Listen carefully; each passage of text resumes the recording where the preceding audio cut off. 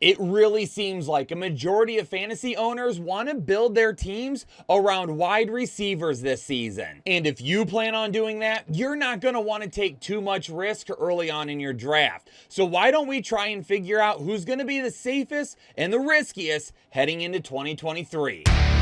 Headliner Nation, I already broke down the running backs for you in the riskiest running backs video. And now we move on to wide receivers. And before I start dropping all of this fantasy goodness on you, in the comments down below, I need you to put hashtag team early wide receiver or hashtag team late wide receiver, because I want to take the pulse of the nation. Are you wanting to go wide receiver early, or are you looking for that value later on? And after I drop all of this information on you, leave a second comment letting me know whether or not you have changed your mind. And you know what? If this video gets 750 likes, I'm gonna pick one person that answers my question down below to get a free draft guide. And if you're new here, just a quick breakdown on how I figure out risk score. What I did for wide receivers was I took the top 30 scoring wide receivers last season, and then I went through and figured out how many wide receiver 1 games did they have, how many wide receiver 2, how many wide receiver 3,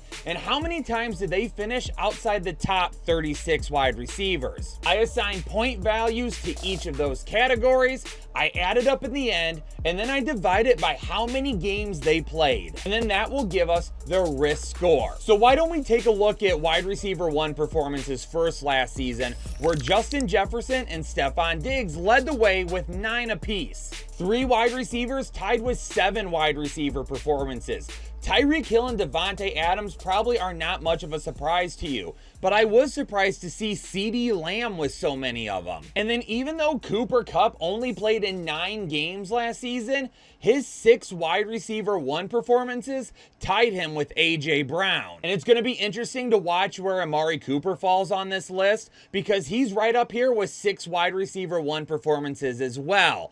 But notice a trend when we keep going. For as good as Tyler Lockett and DK Metcalf were with Geno Smith last year, it's also surprising to see that both of those guys only had 2 wide receiver 1 performances all season long. And seeing Mike Evans all the way down here really hurts, and unfortunately, I don't know if that number is going to get better with the quarterbacks they have now. How about Tyler Lockett leading the league last season with 7 wide receiver 2 performances? For a guy that has been so boom or bust in his career, he was really steady with his numbers last season. Tyreek Hill, AJ Brown, DK Metcalf all tied with 6 wide receiver 2 performances apiece last season.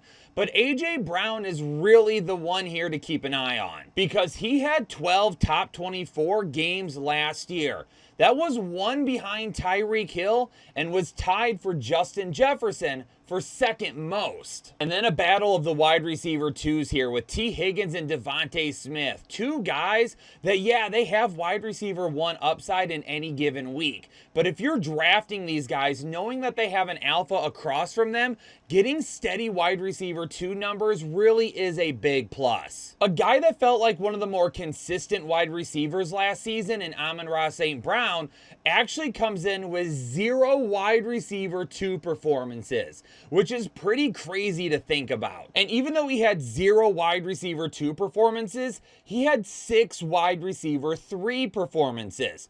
But here's the issue with finishing as a wide receiver 3. Those performances aren't necessarily going to win you a week in fantasy football. But if you play in a league where you start 3 wide receivers or multiple flex positions, then wide receiver 3 numbers are really nothing to blow your nose at. And tied at the top with him was Curtis Samuel, who seemed like he was getting off to a breakout start last season, but slowly faded throughout the year. Brandon Ayuk and Chris Godwin tied with 5 wide receiver 3 performances apiece. And given the fact that Brandon Ayuk plays in an offense with Deebo Samuel, George Kittle, and even Christian McCaffrey for a majority of last year, it's not surprising to see him be a little bit further down in this area. He's got opportunity to go boom, but more times than not, he's probably going to give you okay but not great numbers. 3 guys last season didn't finish as a wide receiver 3.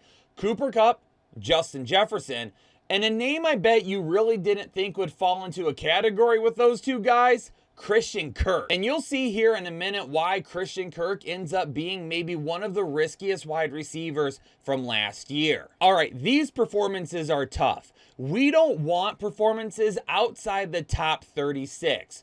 But there's going to be something that you notice with these numbers here. Last season, there were 10 wide receivers among the top 30 at the position that gave you 8 or more weeks of performances outside the top 36. That is extremely difficult to put in your lineup every single week. Even if you were doing it as a wide receiver 2 and a wide receiver 3 and not really expecting a whole lot, you were really getting a whole lot of nothing. And I think the name that is most surprising on this list is Amari Cooper with 8. Because any of the guys that you see here, nearly half of their performances last season were unworthy of being in your fantasy lineup. And scroll even a little bit further down the list and take a look at a group of the guys that all finished inside the top 6 of wide receiver scoring. Adams, Lamb, Diggs, and Jefferson all had 5 games outside the top 36 wide receivers. Now, when you take a look at this graphic and you see all the names on it, you're going to say, Kyle, that's not really a lot compared to some of the other players. But there's going to be an upcoming video that you absolutely need to turn the notifications on for on this channel and subscribe right now, because I am absolutely going to blow apart the running back versus wide receiver draft debate. And you are not going to want to miss it. All right, now that I teased you with that upcoming video that's going to be huge for your draft season, let's go ahead and talk about all of the risk scores. And don't forget, the lower the number, the better. The names at the top of the list probably shouldn't surprise you much, but Cooper Kupp being the only wide receiver to score less than 2, that kind of caught me off guard. Now, it was a small sample size, but it was a very dominating sample size where the guy was by far the safest wide receiver you could have in fantasy football. It also might be surprising to see a guy like Tyreek Hill and A.J. Brown scoring lower than Justin Jefferson,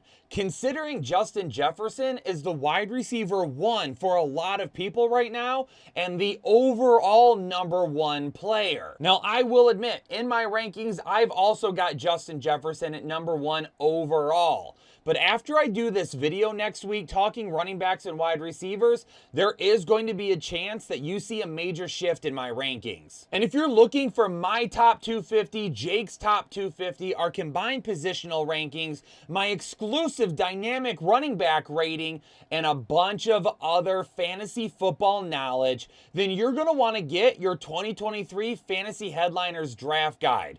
And do you want to know how you can get it at over 50% off? It's super easy. Download the Underdog app, create a free account, and make a first-time deposit of at least $10. Underdog is going to match your first-time deposit up to $100, and you're going to get a copy of our draft guide for free, delivered right to your email. Considering you only need to make a $10 deposit and our draft guide is $21.99, this is an opportunity where you do not want to miss out. Davante Adams had an incredible season last year, but Amon-Ra St. Brown was able to jump ahead of him in terms of having a lower risk score. And like I said earlier with the wide receiver 2s of T. Higgins and Devontae Smith, it's good to see them fall inside this area.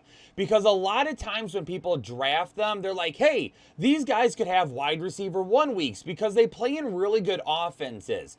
But no one really talks about the potential for a little bit of safety there, even if they don't hit wide receiver 1 status for a week. And it's really good to see Tyler Lockett in the upper half of the risk score here, because during the majority of his career, he would be much lower and be one of the riskiest wide receivers in football, because he was either going to win you a week or absolutely torch your week. Now, expect some big changes this year, though. Adding Jackson Smith-Njigba is not going to help this number. The only thing it's going to do, it's going to make him even riskier, knowing that he's probably going to lose some of that volume and go back to being the big play guy that's either going to have a huge week or you're not going to see him at all. Let's just go ahead and throw Jalen Waddle into that category with T. Higgins and Devontae Smith. wide receiver 2s with alpha wide receiver 1s. The one thing about Jalen Waddle, though, is this score could have been a lot better if Tua had been healthy all season long. All right, I mentioned his name earlier as a guy that we needed to keep our eye on, Amari Cooper. Yeah, he played well, finishing with 6 wide receiver 1 performances.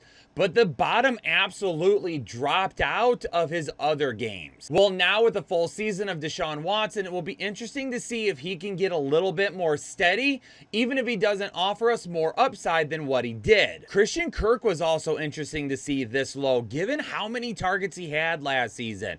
In fact, he had more targets in the slot than any other wide receiver in football. And seeing this score may make you doubt Christian Kirk in 2023, given that they've added Calvin Ridley. But I'm going to argue that it is actually going to help Christian Kirk score, because Calvin Ridley on the outside pulling defenders deep is actually going to help Christian Kirk in the slot. And if we can get him around the same amount of targets, it actually might improve his efficiency a little bit more, which could take some of these performances outside the top 36 and boost him up to wide receiver 3 or even wide receiver 2 numbers. And even though DJ Moore finished inside the top 20 last season, it wasn't enough. And even though DJ Moore finished inside the top 20 last season, it wasn't enough to give him one of the worst risk scores in this model. And the change to Justin Fields and this Bears offense could end up being great for him. So I do believe if him and Justin Fields find that connection, that his risk score will actually get a lot better. All right, Headliner Nation, I don't need to go through every single name. You can see them all on the screen. Rewind and pause it if you need to go through everybody's scores. But like I mentioned at the beginning of the video, hopefully you put hashtag team early wide receiver or team late wide receiver. And if you did that, let me know if this video changed your mind at all. If we hit 750 likes, I'm going to pick one of you to get a free draft guide that answered that question. But most importantly, hit that like button and subscribe to the channel if you're new here. And also, you know what you should do here on YouTube? Create a playlist called the Fantasy Headliners and save all of our videos to it, especially ones like this that you need to come back and find later on. I'm gonna get out of here for today though, Headliner Nation. Peace out, stay safe and healthy, and I'll catch y'all on the next episode of the Fantasy Headliner.